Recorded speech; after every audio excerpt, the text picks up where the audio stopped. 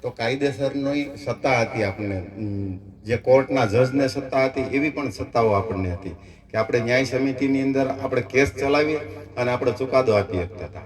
આવા અધિકાર હતા જેને કારણે ગામની અંદર સુલેહ શાંતિ થાય, નાના મોટા ઝઘડાઓ ગામના ગામમાં જ પતે, ખોટા લિટિગેશન ઊભા ન થાય, કોર્ટ કેસ ન થાય, પોલીસ ફરિયાદો ન થાય, એવા અધિકારો પણ હતા.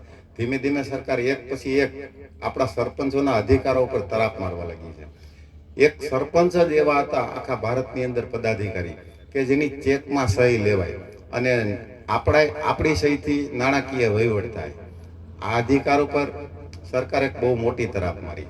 તલાટી મંત્રીને ચેકની અંદર સહી કરવાનો ફરજિયાત કર્યું ત્યાં સુધી તો ઠીક, પણ એની સાથે એવો નિયમ પણ બનાવ્યો છે કે 3 પૈકી 2 એટલે કે સરપંચ સિવાય તલાટી અને કોઈ એક સભ્યની સહી નાણાકીય વહીવટ કરી નાખે. સરપંચને 2-3 દિવસ કે અઠવાડિયા પછી ખબર પડે કે આપણી પંચાયતમાંથી પૈસાની લેતી દેતી થઈ ગઈ છે.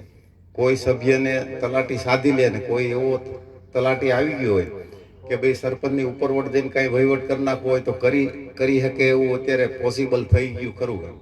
કે કોઈ સ્ત્રી સરપંચ હોય કે કોઈ ઓછું ભણેલ કે જરાક ઓછો રસ ધરાવતા સરપંચ હોય તો એની માહિતી વગેરે પણ ગ્રામ પંચાયતનો નાણાકીય વહીવટ બારોબાર થઈ જાય. આ એક સરપંચની અધિકાર ઉપર મોટી તરાપ મારી છે.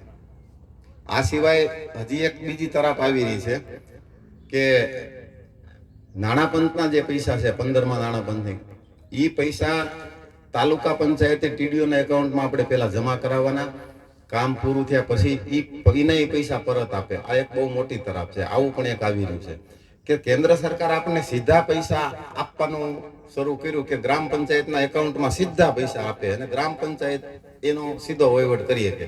એટલે કે તાલુકા જિલ્લા પંચાયતમાં જે અડચણો થતી હતી અથવા તો ગ્રાન્ટનું અનબેલેન્સ થતું હતું, લાગવગવાળા હોય એને ગ્રાન્ટ વધુ મળે, બાકીનાને ઓછી મળે. કારણ કે પહેલા જે ગ્રાન્ટો હતી એ આયોજન મંડળની, આયોજન સમિતિની ગ્રાન્ટો, આટલી ગ્રાન્ટો હતી. આ નાણાં પંચની ગ્રાન્ટ આવ્યા એ સીધી ગ્રામ પંચાયતને વસ્તીના ધોરણે ફાળવવામાં આવે એટલે સમતોલ વિકાસ થાય બધા વિસ્તારમાં. આ હેતુ કેન્દ્ર સરકારનો હતો. એની ઉપર તરાપ મારવાની વાત કરી. મેં હમણાં વાત કરી આપણા અધ્યક્ષ જોવાનસિંહ ડોડિયા સાહેબને.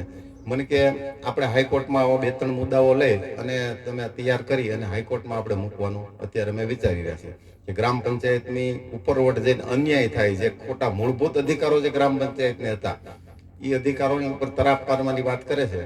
એમાં આપણે હાઈકોર્ટનું પણ વિચારી રહ્યા છીએ કે હમણાં હાઈકોર્ટમાં આપણે PLI દાખલ કરી અને આપણા ખોટા અધિકારો, આપણા અધિકારો પર ખોટી તરાપ મારે છે એ પણ બંધ કરાવવું જરૂરી છે. હવે બીજું, હું સરપંચ તરીકે 31 વર્ષથી કન્ટિન્યુઅસ ચાલુ છે, 1990 થી અત્યાર સુધી. એટલે સરપંચ તરીકેનો મને અને પંચાયત કાયદાનો મને બહોળો અનુભવ છે. મારી વાઈફ વચ્ચે 5 વર્ષ સરપંચ હતી ત્યારે હું અમરેલી તાલુકા પંચાયતનો પ્રમુખ પણ રહ્યો છું. હવે આપણે વિકાસના કામ હોય, માની લો કે ધારાસભ્યની ગ્રાન્ટ આપણા ગામમાં આવી કે સંસદ સભ્યની ગ્રાન્ટ આવી કે આયોજન મંડળની 5%ની કે 15%ની. હવે આ કામ રાખવા માટે આપણને પેલા ટેન્ડર નોટિસ આપે, પછી આપણે એગ્રીમેન્ટ કરીએ,